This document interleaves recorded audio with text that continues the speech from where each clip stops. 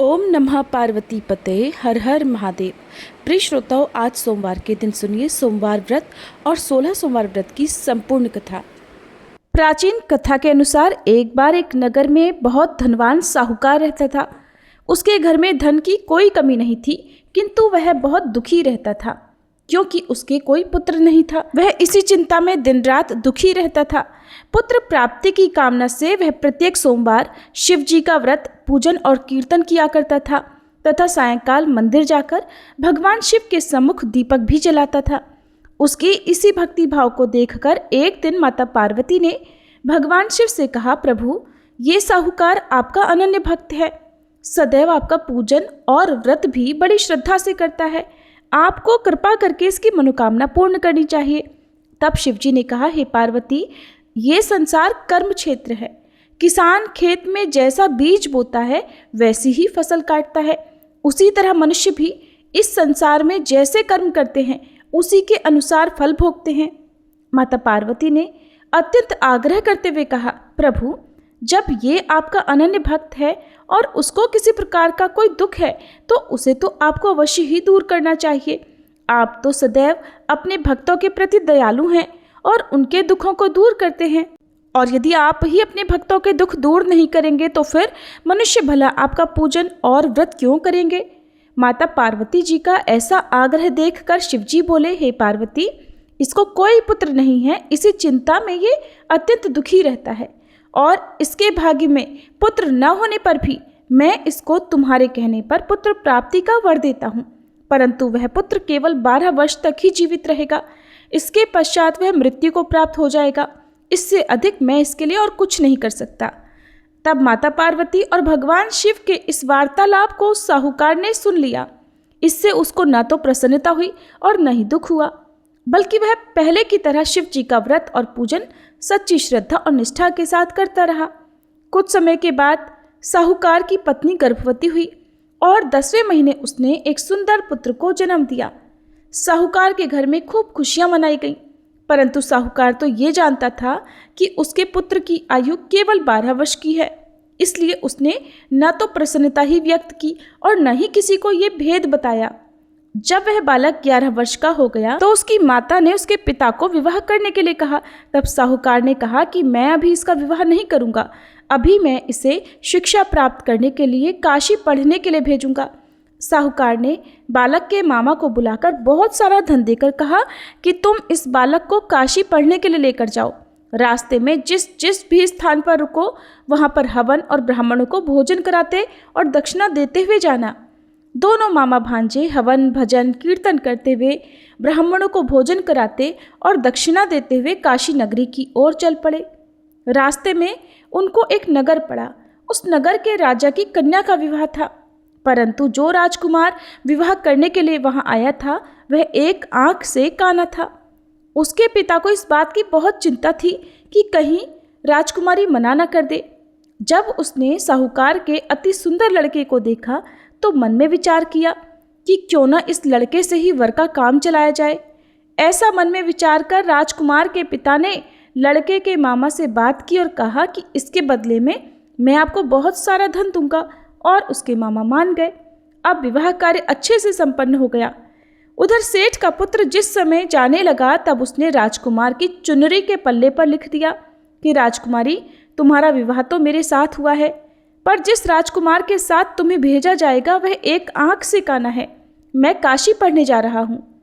सेठ के लड़के के जाने के पश्चात राजकुमारी ने अपनी चुनरी पर ऐसा लिखा हुआ पाया तो उसने राजकुमार के साथ जाने से मना कर दिया और उसने अपने माता पिता को सारी सच्चाई भी बता दी। राजकुमारी के माता पिता ने राजकुमारी को विदा नहीं किया और इस तरह बारात बिना वधू के वापस लौट गई। उधर साहूकार का लड़का और उसका मामा काशी पहुंच गए। वहां जाकर उन्होंने यज्ञ करना और लड़के को पढ़ाना शुरू कर दिया। जिस दिन लड़के की आयु 12 वर्ष की हुई उसी दिन उनके यज्ञ की पूर्णाहुति थी। लड़के ने मामा से कहा, मामा जी, आज मेरी तबीयत ठीक नहीं लग रही है। मामा ने कहा, अंदर जाकर सो जाओ। लड़का अंदर जाकर सो गया और थोड़ी ही देर में उसके प्राण निकल गए। कुछ समय के बाद जब उसके मामा ने कमरे के भीतर जाकर देखा तो पाया कि उनका भांजा मृत पड़ा हुआ था। मामा ने अपने आप को संभाला और यज्ञ कार्य संपन्न कर ब्राह्मणों को भोजन कराकर दक्षिणा देकर विदा किया। उसके बाद वह अपने आप को रोक नहीं पाया और जोर जोर से रोने लगा। संयोगवश उसी समय शिव जी पार्वती जी वहां से भ्रमण करते हुए जा रहे थे। तब उन्होंने जोर जोर से किसी के रोने की आवाज़ सुनी। ये देखकर माता पार्वती जी भोलेनाथ से कहने लगी, स्वामी, कोई दुखियारा आपको पुकार रहा है, आपको इसकी सहायता अवश्य करनी चाहिए। तब माता पार्वती जी और भोलेनाथ वहाँ गए तो देखा कि वहाँ एक लड़का मृत पड़ा है। माता पार्वती जी कहने लगी, स्वामी, ये तो वही लड़का है जो आपके वरदान से उत्पन्न हुआ है। तब भगवान शिव ने कहा, हे पार्वती, इसकी आयु इतनी ही है और ये भोग चुका है। ये देखकर करुणामयी माता पार्वती जी ने भगवान से फिर कहा, प्रभु, इसको जीवन दान दो, नहीं तो इसके माता पिता इसके वियोग में तड़प तड़प कर मर जाएंगे। माता पार्वती जी के बार बार आग्रह करने पर भगवान शिव ने उसको जीवन दान दे दिया और भगवान की कृपा से वह लड़का जीवित हो गया, जिससे उसके मामा अत्यधिक प्रसन्न हो गए। इसके बाद भगवान शिव और देवी पार्वती जी कैलाश पर चले गए। इधर शिक्षा पूरी होने पर उसके मामा और भांजा यज्ञ करते हुए ब्राह्मणों को भोजन कराते दक्षिणा देते हुए अपने घर की ओर वापस लौट पड़े। रास्ते में उसी नगर में आए जहां उस लड़के का विवाह राजकुमारी से हुआ था। वहां जाकर उसने यज्ञ आरंभ कर दिया। वहां के राजा ने उसको पहचान लिया और महल में ले जाकर खूब आवभगत की। बहुत से दास दासियों सहित अपनी राजकुमारी को अपने दामाद के साथ विदा कर दिया। जब वे अपने नगर के निकट पहुँचे तो मामा ने कहा कि मैं घर जाकर सूचना देकर आता हूँ। उसके पिता उस दिन भगवान शिव के मंदिर में बैठे हुए थे और उन्होंने संकल्प कर रखा था कि अगर मेरा पुत्र मृत अवस्था में आया तो मैं भगवान शिव के चरणों में यहीं सिर पटक पटक कर अपने प्राण त्याग दूंगा। लड़के के मामा ने आकर ये समाचार दिया कि आपका पुत्र आ गया है और अपनी पत्नी को साथ लेकर बहुत सारा धन भी लेकर आया है। तब तो वह साहूकार प्रसन्नता से भर उठा और बार बार भगवान का धन्यवाद किया। साहूकार और साहूकारनी ने आनंदपूर्वक अपने पुत्र और पुत्रवधू का स्वागत किया। सभी बड़ी प्रसन्नता के साथ रहने लगे तथा सारी नगरी में ये कहलवा दिया गया कि सोमवार व्रत को करने से विवाह योग्य कन्या को उत्तम वर, उत्तम गुण, रूप, सौंदर्य तथा स्त्रियों को अनेक गुण वाली संतान, स्वर्ण, वस्त्र और अखंड सौभाग्य की प्राप्ति होती है तथा पति पत्नी का कभी वियोग नहीं होता और अंत में वे शिवलोक में निवास करते हैं। यह पावन व्रत संपूर्ण ऐश्वर्य को प्रदान करने वाला है। जिस घर के स्त्री पुरुष इस व्रत को करते हैं उस घर में हमेशा भोलेनाथ और माता पार्वती जी की कृपा रहती है। प्रिय श्रोताओं, ये थी सोमवार व्रत कथा। सभी प्रेम से बोलिए भोले शंकर भगवान की जय, माता पार्वती जी की जय। अब सुनिए 16 सोमवार व्रत कथा। एक बार भोलेनाथ और माता पार्वती जी मृत्युलोक में भ्रमण करने पधारे। दोनों विदर्भ देश में अमरावती नाम की सुंदर नगरी में जा पहुँचे। ये नगरी सभी प्रकार के सुखों से भरपूर थी। वहाँ बहुत सुंदर सुंदर शिव जी के मंदिर भी थे। भगवान शंकर देवी पार्वती जी के साथ उन्हीं में से एक मंदिर में निवास करने लगे। एक दिन माता पार्वती ने भोलेनाथ के साथ चौसर खेलने की इच्छा प्रकट की। भगवान शिव ने उनकी बात सुन ली और वे दोनों चौसर खेलने लगे। तभी मंदिर का पुजारी पूजा करने आया। माता पार्वती ने पुजारी से पूछा, पुजारी जी बताओ हम में से कौन जीतेगा? पुजारी जी ने कहा, महादेव ही जीतेंगे। थोड़ी ही देर बाद खेल समाप्त हुआ तो विजय देवी पार्वती जी की हुई। माता पार्वती ने पुजारी जी से पूछा, बताओ पुजारी जी हम में से विजय किसकी हुई? तब पुजारी जी ने महादेव को ही विजयी होने की बात बताई। ये सुनकर देवी पार्वती जी को पुजारी जी पर क्रोध आया और उन्हें कोढ़ी होने का श्राप दे दिया। कोढ़ से ग्रस्त पुजारी बहुत दुखी रहने लगे। एक दिन देवलोक की अप्सरा भगवान शिव की पूजा करने के लिए उस शिव मंदिर में आई। पुजारी जी की कोढ़ की अवस्था देखकर दया भाव से पूछताछ करने लगी। तब पुजारी जी ने सारी बात अप्सरा को बता दी। उनमें से एक अप्सरा बोली, आप सभी व्रतों में श्रेष्ठ 16 सोमवार के व्रत करो, इससे शिवजी प्रसन्न होंगे और वे तुम्हारे कष्ट अवश्य दूर करेंगे। पुजारी जी ने इस व्रत की विधि पूछी। तब अप्सराओं ने बताया, सोमवार के दिन व्रत रखो, स्वच्छ वस्त्र धारण करो, संध्या और उपासना के बाद आधा किलो गेहूं का आटा लेकर इसके 3 भाग करो। घी, गुड़, दीप, नैवेद्य, पुंगी फल, बेलपत्र, जनेऊ जोड़ा, चंदन, अक्षत और पुष्प आदि से प्रदोष काल में भगवान शंकर का पूजन करो। 3 भागों में से 1 भाग शिव जी को अर्पण करो, बाकी 2 को शिव जी के प्रसाद के रूप में उपस्थित जन को बांट दो। खुद भी प्रसाद ग्रहण करो। इस तरह 16 सोमवार व्रत करो। 17वें सोमवार को पाव भर की पवित्र आटे की बाटी बनाओ, उसमें घी और गुड़ मिलाकर चूरमा बनाओ, शिव जी को भोग लगाकर उपस्थित भक्तों में बांट दो। इसके बाद परिवार सहित प्रसाद ग्रहण करो तो इससे सभी मनोरथ पूर्ण हो जाते हैं। ऐसी बात बताकर अप्सराएं चली गईं। पुजारी जी ने अप्सराओं की बताई विधि अनुसार 16 सोमवार के व्रत किए, जिसके पुण्य प्रताप से भगवान शिव की कृपा और माता पार्वती की दया से पुजारी जी कोढ़मुक्त हो गए और आनंद से रहने लगे। कुछ समय के बाद भगवान शिव और देवी पार्वती जी वापस उसी मंदिर में आए।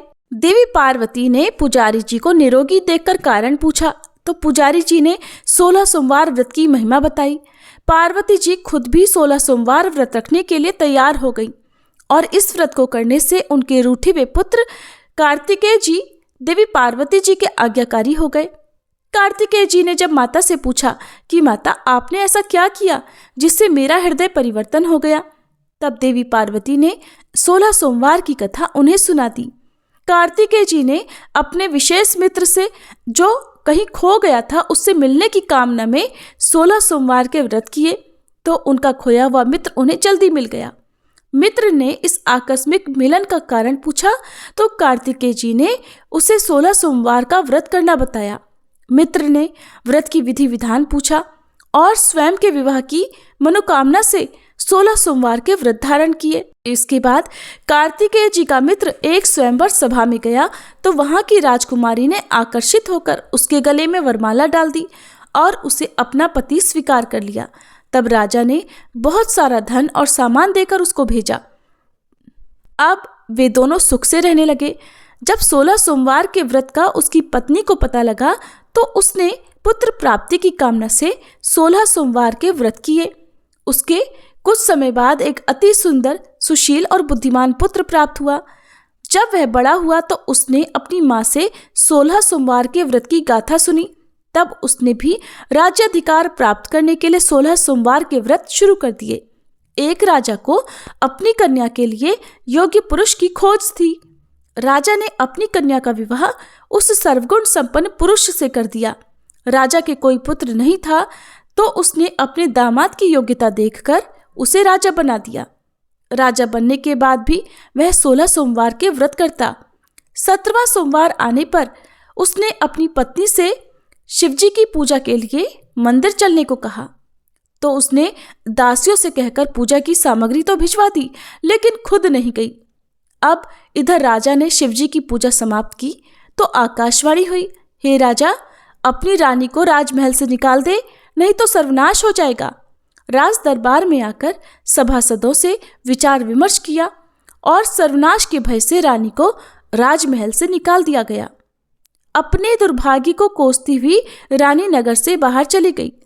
दुखी मन से चलते हुए वह एक गांव में जा पहुंची। वहां पर एक बूढ़ी माई थी जो सूत बेचा करती थी।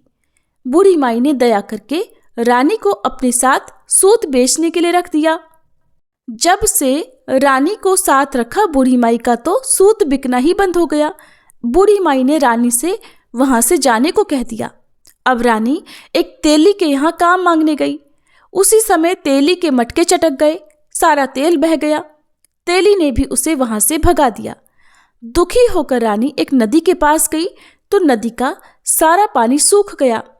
वह एक पेड़ के नीचे बैठी तो पेड़ के सारे पत्ते सूख कर गिर गए। आसपास के लोगों ने जब यह सब कुछ देखा तो उसे पकड़कर मंदिर के पुजारी गुसाई जी के पास ले गए। गुसाई जी देखते ही जान गए कि यह कोई विधि की मारी कुलीन स्त्री है। गुसाई जी ने रानी से कहा कि वह उनके आश्रम में उनकी पुत्री की तरह रह सकती है।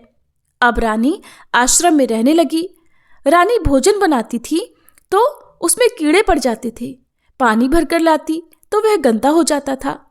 अब तो गोसाई जी ने एक दिन दुखी होकर उससे पूछा कि बेटी, तुम्हारी ये दशा कैसे हुई? ये किस देवता का कोप है?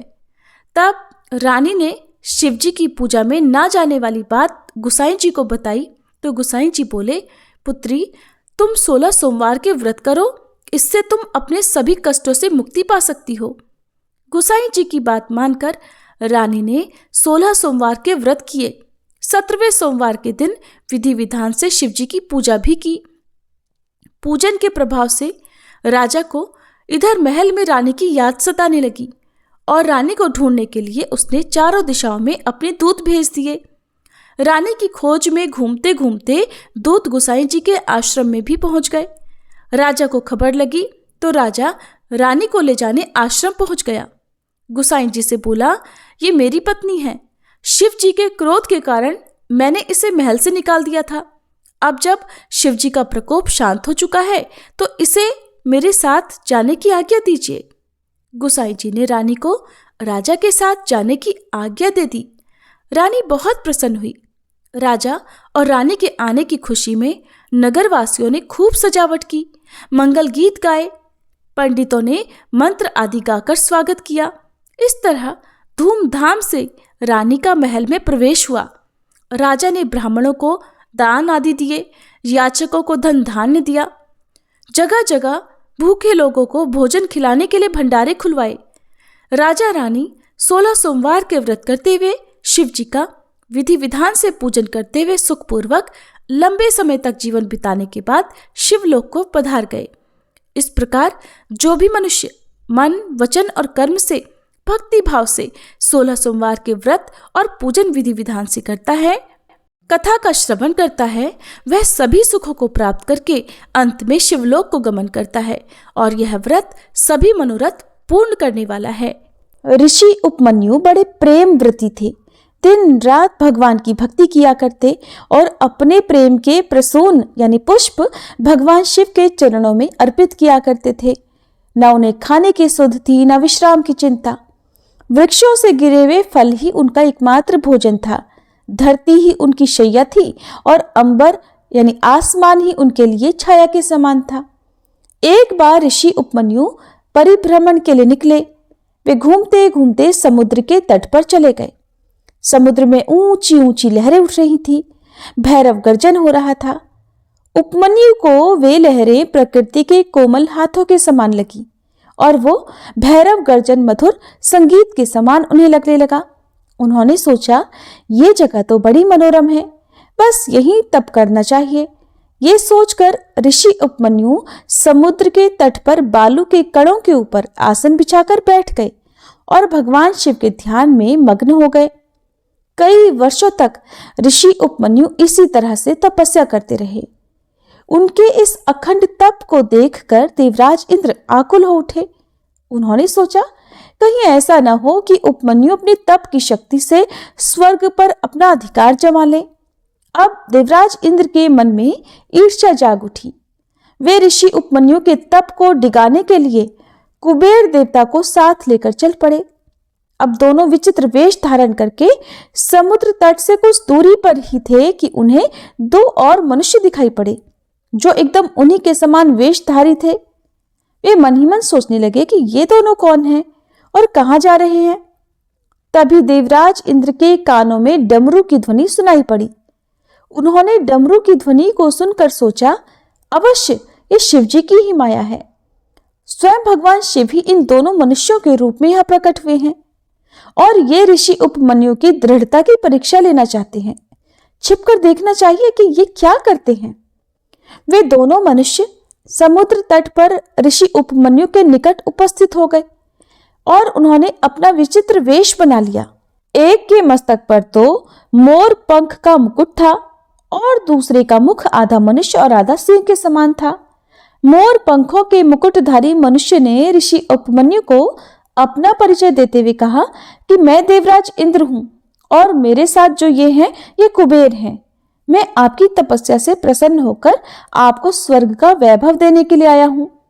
तब ऋषि उपमन्यु ने कहा, देवराज, मुझे शिवजी के प्रेम को छोड़कर और कुछ नहीं चाहिए। आपने दर्शन देकर मुझे कृतार्थ किया, यही बहुत है। इसके सिवा अब मुझे कुछ नहीं चाहिए। देवराज इंद्र ने ऋषि उपमन्यु को डिगाने के उद्देश्य से फिर कहा, मुने, मैं देवराज इंद्र कुबेर के साथ आपको कुछ देने के लिए खड़ा हुआ हूं। आप राज्य, वैभव, महल जो चाहे मांग लीजिए, मेरे लिए आपको कुछ भी अदेय नहीं है। ऋषि कुछ उत्तर दे पाते उसके पहले ही माया के इंद्र ने कुबेर की ओर देखते हुए कहा, कुबेर, महामुनि के लिए इस रेती में स्वर्ण महल बना दीजिए, ऐसा महल जिसकी बराबरी का तीनों लोकों में कोई दूसरा महल ना हो। ये कहकर माया के कुबेर ने अपना हाथ ऊपर उठाया। देखते ही देखते समुद्र के तट पर दिव्य स्वर्ण महल बनकर तैयार हो गया। ऐसा महल जो सभी प्रकार के सुखों और वैभव से परिपूर्ण था। माया के इंद्र ने ऋषि उपमन्यु की ओर देखते हुए कहा, महामुनि, ये स्वर्ण महल आपके लिए है। बालू के कणों से उठकर अब महल में निवास कीजिए और सभी प्रकार के सुखों का उपभोग कीजिए। लेकिन ऋषि उपमन्यु ने कहा, देवराज, मैं आपकी कृपा से कृतज्ञ हूं, पर मुझे शिवजी के प्रेम को छोड़कर और कुछ भी नहीं चाहिए। मेरे लिए बालू के ये कण ही कोमल शैया के समान है, धरती ही मेरा बिस्तर है और ये आकाश का वितान ही मेरा घर है। ये सुनकर माया के इंद्र की भौहें टेढ़ी हो गई। उन्होंने सोचा, मेरे दिए हुए इस वैभव को ये ऋषि नकार कैसे सकते हैं, तो क्रोध भरे स्वर में कहने लगे, महामुने, आप मेरा अपमान कर रहे हो। मैं स्वर्ग का अधिपति हूं और आपके शिव है शमशानवासी। मेरे पास तो स्वर्ग का वैभव है, जबकि आपके नंग धड़ंग शिव के पास तो कुछ भी नहीं है। आप मेरे दिए हुए वैभव को स्वीकार करें, नहीं तो मैं वज्र से आपका मस्तक काट कर फेंक दूंगा। ऐसा कहकर मायावी इंद्र ने अपने हाथ ऊपर उठाए और चमचमाता हुआ एक वज्र उनके हाथ में आ गया। लेकिन ऋषि उपमन्यु बिल्कुल भी विचलित नहीं हुए, भयभीत नहीं हुए और दृढ़ता पूर्वक बोले, देवराज, मैं सब कुछ सुन सकता हूं, पर अपने आराध्य देव की निंदा मैं नहीं सुन सकता। आपको अपने वज्र का अभिमान है, तो मुझे भी शिव जी के प्रेम का बल है। मैं अभी प्रेम की शक्ति से आपके वज्र को खंड खंड किए देता हूं। ऐसा कहकर ऋषि ने कमंडल का जल हाथ में लिया और वे भगवान शिव के ध्यान में डूबकर हाथ का जल वज्र पर फेंकना ही चाहते थे कि भगवान शिव अपने वास्तविक रूप में वहां प्रकट हो गए और उन्होंने कहा, बस कीजिए महामुनि, बस कीजिए। मैं तो आपके प्रेम पर मुग्ध हो गया हूं। आपने अपने प्रेम से मुझे जीत लिया है। अब आप मेरे साथ मेरे गण के रूप में रहिए। ऋषि उपमन्यु प्रेम से गदगद होकर भगवान शिव के चरणों में लौट गए। फिर भगवान शिव ने उन्हें उठाकर अपने हृदय से लगा लिया। देवराज इंद्र और कुबेर देव जो अभी तक छुपे हुए थे प्रकट हो गए और सम्मिलित स्वरों में भगवान शिव की जय जयकार करने लगे। सभी मिलकर प्रेम से बोलिए, भोले शंकर भगवान की जय। ओम जय शिव ओमकारा, स्वामी जय शिव ओमकारा, ब्रह्मा विष्णु सदा शिव अर्धांगी धारा।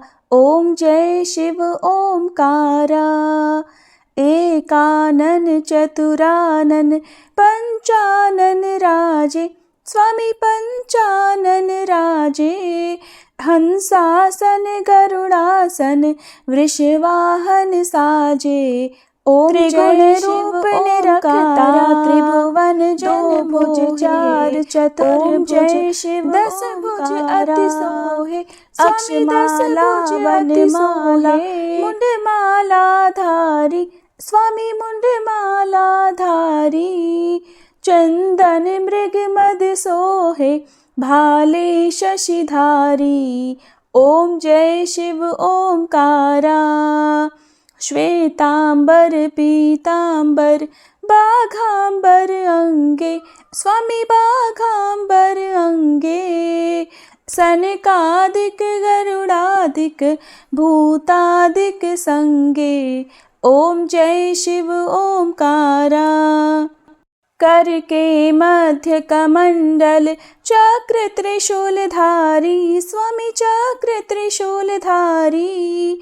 सुखकारी दुखहारी जग पालनकारी। ओम जय शिव ओमकारा, ब्रह्मा विष्णु सदा शिव जानत अविवेका, स्वामी जानत अविवेका। प्रणवाक्षर में शोभित ये तीनों एका। ओम जय शिव ओमकारा। त्रिगुण स्वामी जी की आरती जो कोई नर गावे, स्वामी जो कोई नर गावे।